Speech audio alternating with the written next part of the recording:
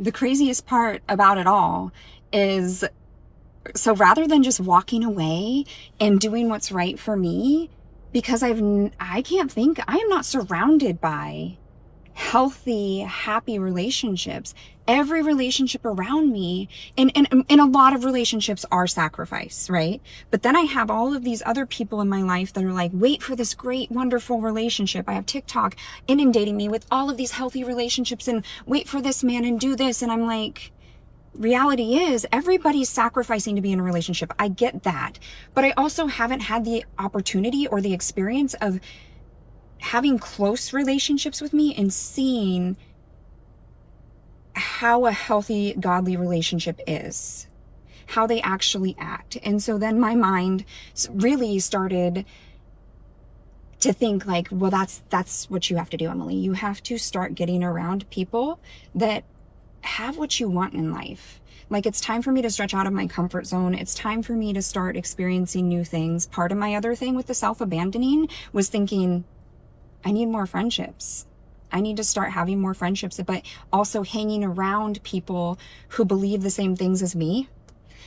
Because that's also not healthy. I cannot be in another relationship where we're not running at the same pace towards God, or it'd be really awesome if somebody had more, like, was at a faster pace at God than me, because then I could learn from them, and I do believe the man's the leader of the house. I've learned that now. And that was a hard thing, is all this like feminist movements and all of these things. But truthfully, the more that I get to know the Bible and the more I start to learn this stuff, I'm like, it just has always made sense. And I just didn't know it. I had no idea.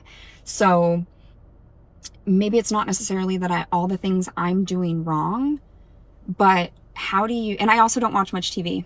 There's that too. I don't really scroll on TikTok. I try to stay off social media. I try not to, I'm like cautious about what I'm feeding my brain. But IRL, in real life, I need to start being around people who have what I want and what I want to see, because it's not tangible to me right now.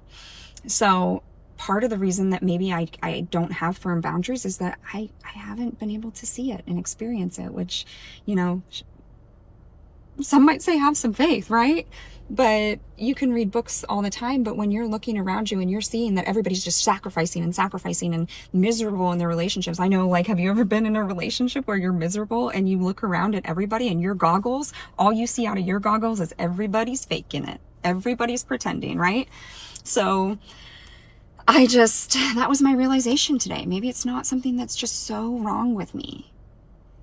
Maybe I just need to have a shift. Maybe I'm being called to shift things in my life. Take what you will from this. I keep hearing, take it back to the Lord. Take it back to the Lord. But seriously, please do let me know what you think of this, because this is something, I've heard this before, right? Like, have you ever had relationships emulated to you?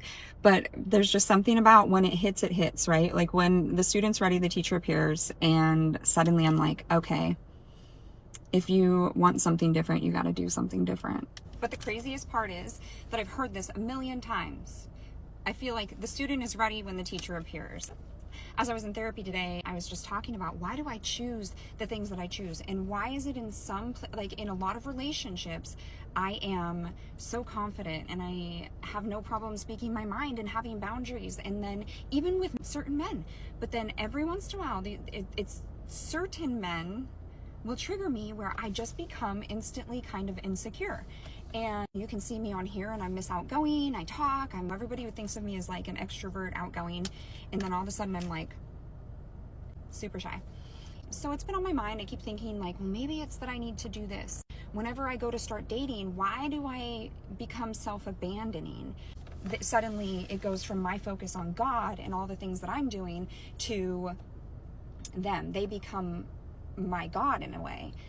And I've thought a lot about this lately, because it is the thing, right? My spiritual warfare comes in the way of kids, money, health.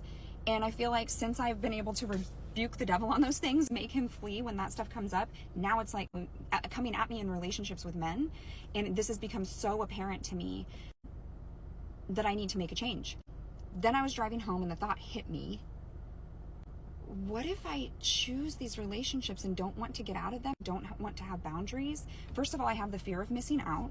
I haven't dated in a long time, so I feel like maybe I don't know what I'm doing.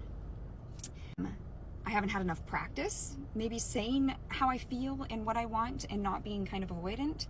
I've thought of all these things, and then I'm driving home and I thought, Emily, like, can you think of one man in your life that emulates the kind of relationship that you actually want to have?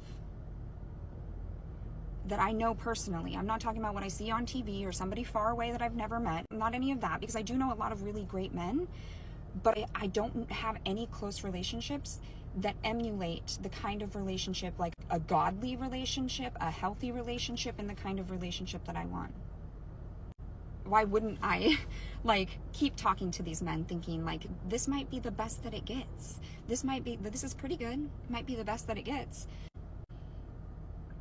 Rather than just walking away and having boundaries and doing what I know is right for me.